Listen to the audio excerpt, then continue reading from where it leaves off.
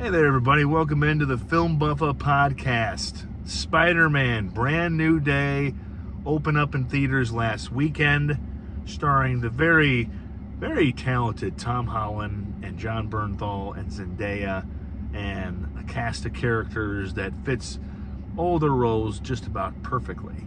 It is the follow-up to Spider-Man No Way Home, where at the end of the movie, good old Peter Parker had to make the very, very tough choice. Just imagine if you had to wipe yourself off the memory of your best friend, your girlfriend, and everybody who knew you in order to save the world.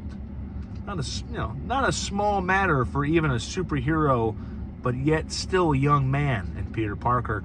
So brand new day picks up, and the guy is lonelier than a bag of chips blowing around the ground in the middle of the night. He doesn't have any friends. He has certain people that he works with, like the lovely Tina from The Bear plays the cop, the detective that he works with, and of course he knows people, but the people that he really cares about, Marissa Tomei's May was basically killed off in No Way Home, and his girlfriend, his best friend, don't know who he is. And he is fighting crime. He has got he's got his thumb on the crime in New York City, but he's also a very lonely man, and his body is starting to change. The arachnid, the spider part of his DNA is starting to overwhelm the human part, which is giving him severe headaches and causing him trouble in his crime fighting duties. He is also, though, befriended and working with Frank Castle, played by the great John Bernthal, who, man, I'll tell you right now, a little side note about those two. They are, as you know, if you've read or seen any of the publicity for the film, they are best friends in real life. And the Bernthal-Holland bromance is pretty cool. 10 years ago, they made a movie called The Pilgrimage. And while they were making it, Tom Holland shot the audition tape for Bernthal's Frank Castle audition to send to Marvel, and Bernthal shot the audition tape for Holland's Spider-Man. And then they became best friends, and they've been best friends ever since. This is the second movie they've been in this summer after The Odyssey, where they actually shared scenes, played a big part together. Their scenes are just terrific.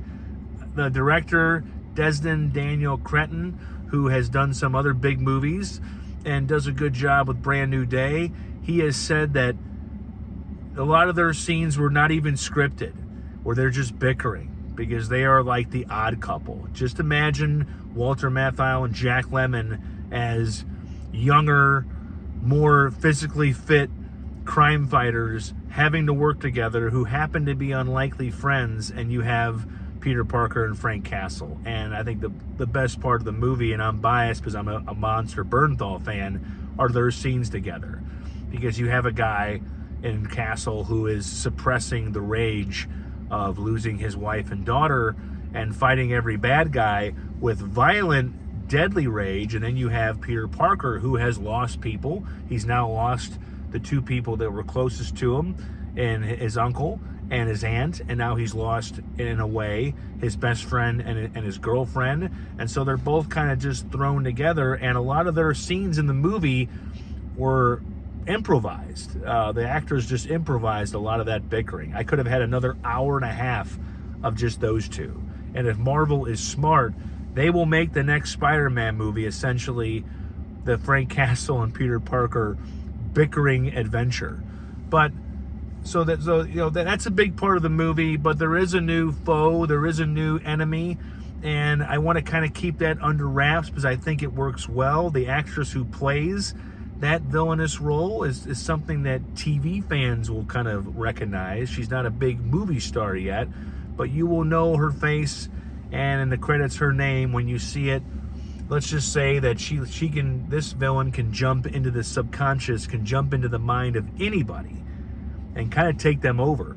Like I could be walking down my street here in Southwest, and that villain could jump into the mind of somebody and start talking to me in that person's voice, but through whoever is in their mind. Like saying, Dan, we're going to take your best friend and we're going to kill you. So they can jump into any mind except for Peter Parker. And so that's the villain. Yes, Mark Ruffalo's Bruce Banner does show up, and it's a little bit different and a little bit of the familiar Mark Ruffalo Banner that we've come to love and know. He plays a big part in it. Kind of a good thing and a bad thing for Peter Parker. You don't want to piss off the big green guy. And his job, of course, in this movie is trying to understand that he doesn't have to work alone. Because a guy like that who has lost everything closest to him, you're going to think that the only way I can survive is to do everything on my own. And I think we do that in life. There are people that just refuse to get help, even if there's people around to help you, because we think that we're the best at it and we can do it all, and we can, keep our sanity intact, and we can do it all. And Peter Parker has that mentality going into Brand New Day, coming out of the last movie, No Way Home.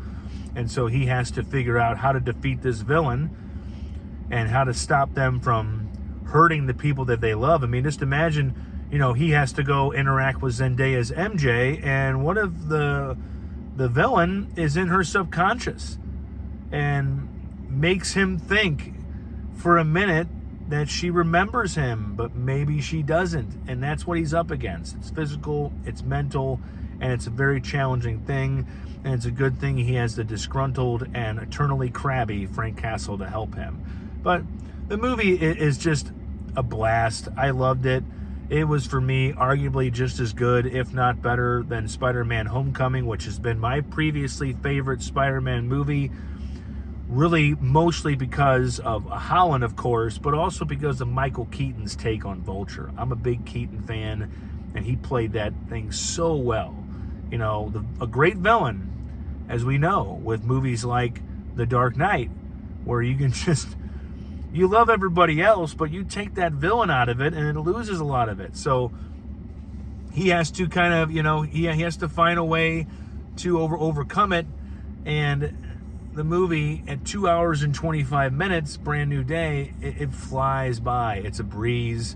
It's a great reason to get out of the heat, as we have another extreme heat warning day here in St. Louis. You can go into a theater with previews for about 2 hours and 40 minutes and really just enjoy it. But the real reason this movie works is because of Tom Holland. He's just a phenomenal young man and a young actor. He's the kind of guy that when you see him in these press tours and you see him in real life, he's married to Zendaya, which I guess made all those kissing scenes and the way they look at each other a little bit easy. It's like going to work with the love of your life. It's not a hard job. You get to kiss her on screen, and you get to go home and, kiss her and do some other stuff. But it's a very big ease that they have on screen together. But Holland is the engine that powers these movies. He does a lot of the stunts. He's got charisma to spare. He's really dedicated. When I had the lucky chance during my full-time film critic days to interview Anthony and Joe Russo, who have done every big Marvel movie. They did Civil War, Winter Soldier, Avengers Endgame, Avengers Infinity War, Avengers Christmas Pancake's House. No, I'm just kidding. Well, they did every movie, but they also have worked a lot with Tom Holland. They did the very underrated Apple TV Plus film called Cherry, where it was a very different Tom Holland role. And I asked them, what is it about this guy that just sets him apart? And they just say he's prepared, he's fun to be around, and he's as charismatic as he is on screen. And he is that here. I mean, there are scenes where he has to be a darker Peter Parker. He has to be a lighter Peter Parker. He has to carry the movie. You have this little bitty 160, 70 pound soaking wet British boy playing a very convincing New Yorker who is taking the crazy task of trying to fight all the crime by himself. Because, of course, in these Marvel movies, not all the other Avengers show up, but a few of them do, and including, let's just say, a Thunderbolt shows up, and some other ones show up that are going to surprise. And again, for a 2.5 hour movie, it flies by. I wanted more Bernthal, of course, but that's just me. It's like when you ask me how much Provel cheese can I eat, I can eat a lot.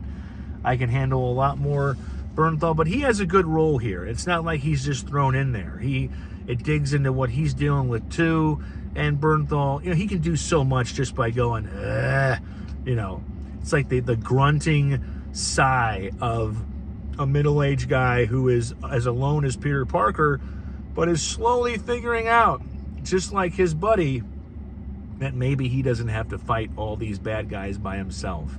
Maybe he can have a friend. And again, there's scenes of the best. There's a scene in the end, towards the end, in a hospital, where it's just great. The two of them could really, it doesn't take a lot. You could see that a lot of their scenes were ad-libbed and improvised, because it's not like you think they memorize this dialogue. They're just coming up with it. They have that comfort level. And there's a scene where, as we all know, Marissa Tomei's character was killed off, but she plays kind of a small part in this movie because Aunt May is still very much in Peter Parker's heart. He carries her around with him in his adventures and his struggles as he's trying to figure out what's happening to his body, as he's trying to figure out how to get his girlfriend and best friend to remember him, as he's trying to figure out how to save the world again. Poor dude needs a vacation. He needs a body of water, some trunks, and some good seafood and fruit, and nothing else to worry about. But of course, that's not going to happen. But, the movie just kind of flies along. But there's a scene at a cemetery where he does kind of say, I'm learning how to do this not on my own. And the cool part is that scene was not part of the script. They shot that scene early on. And if you don't really know a lot about these kind of big movies, the scripts are not really completely finished when they go into production. They kind of have an idea, they have a cast, they have a story, they have enough juice to kind of get the machine flowing. But it's, as with Bernthal and Holland, there's a lot of improvisation. And Tom Holland came up with that line. He told the director, Destin, he's like, hey man, let me just kind of go up there to this grave. Let me just I got an idea. I want to run with it. And he said this line about not having to do it all on his own, and that became the beacon for the whole movie. Not fighting a bad guy or a villain, not trying to figure, this out, but really trying to understand that you don't have to do it all on your own. You have help in life. You have people that care and love about you. And the more we kind of push those people away, the harder life can get. And I love when superhero movies can do that, when they can kind of like involve a real life dilemma and then also have the fun superhero stuff, the fights, the gadgets, the wizardry. So big thumbs up. Arguably my favorite Spider-Man movie, and in theaters, and a great reason to get out of the heat. I hope for more. I hope for more Bernthal and Holland, because they are just hilarious together and so funny. I want to take a road trip with those two and just let them bicker. The Odd Couple 3, I'm just saying, Marvel, an idea.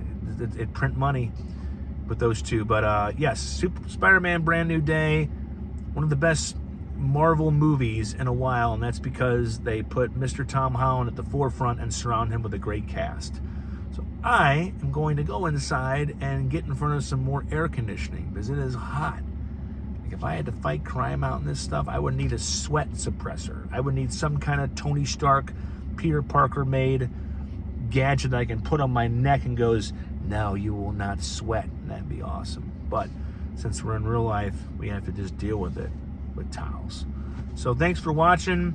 Thanks for perusing the site. If you do, I have several other things for you to watch and read, and I hope you enjoy this, because I appreciate whenever anybody in 2026, with all the stuff on the internet, decides to pull their boat into my pier and watch and read my stuff, because there's a lot of things out there to read, and you're here with me, and I appreciate it. So have a good one, folks, and as I always say, I love you.